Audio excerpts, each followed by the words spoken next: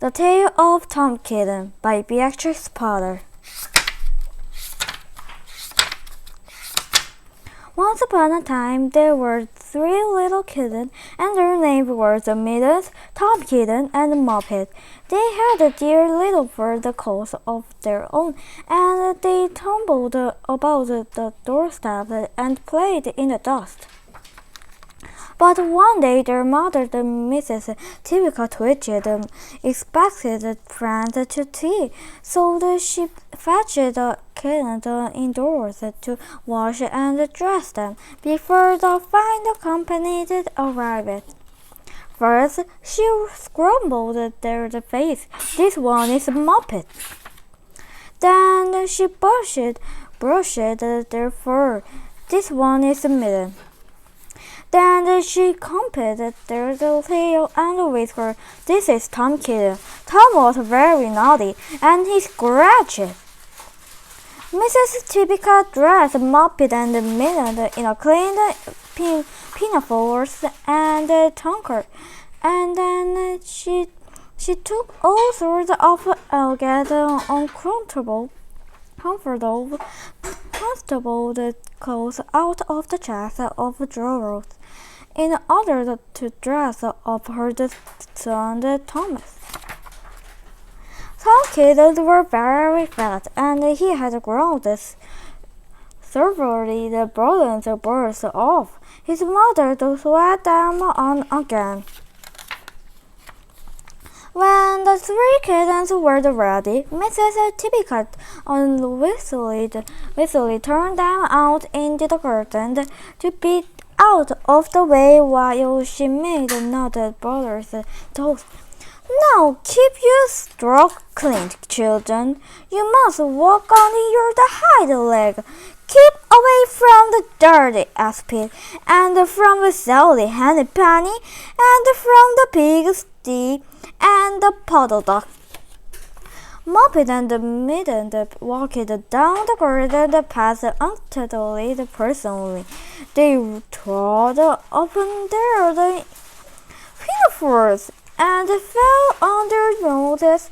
When they stood up, there were the silvering grand smears.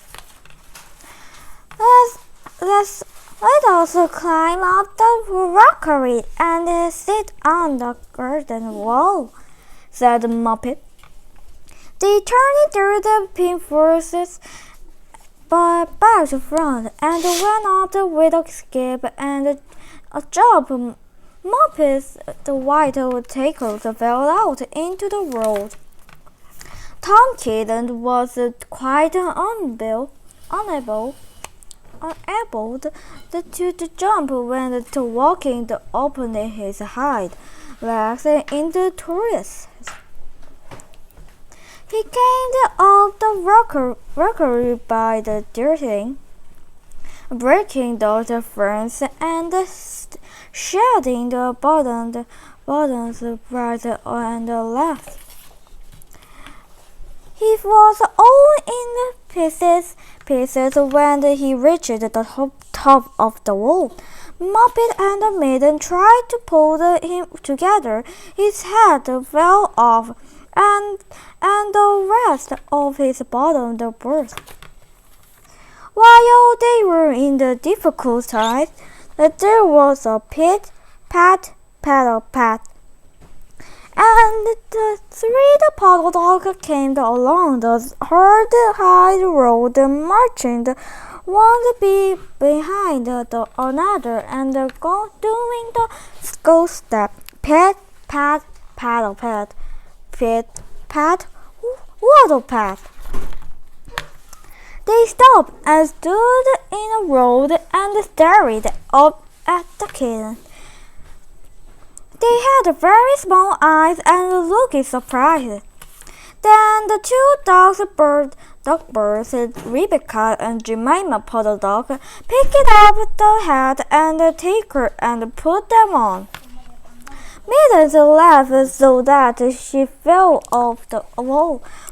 Muppet and Tom dressed after her the pinafores and all the rest of Tom's clothes came off on the way down.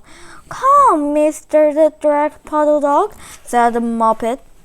"Come and help us to dress him. Come at the bottom of the top." Mr. Drag Puddle Dog drove it in a slow, sideways manner, and picked up the first articles. But he put them on himself. They fitted him even worse than Tom Kitten. "It's a very fine morning," said Mr. Drag Puddle Dog.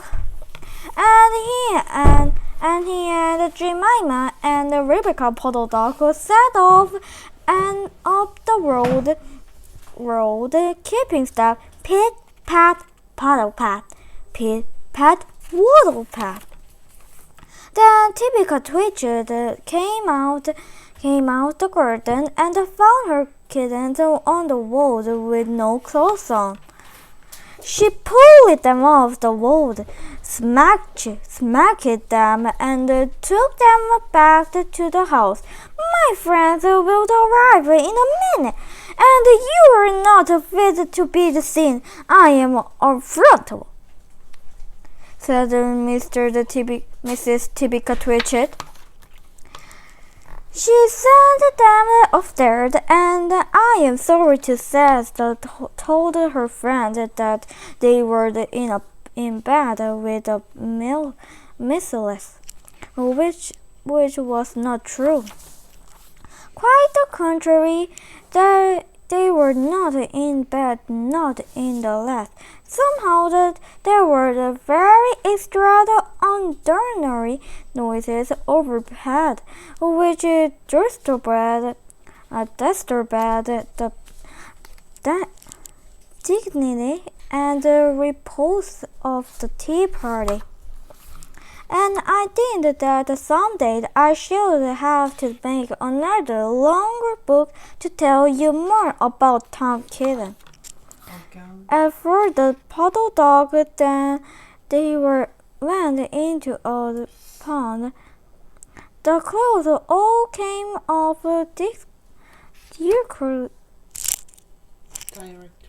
directory because there were no buttons. And Mr. Drag Puddle Dog and Jemima and Rebecca have been looking for them ever since. The end.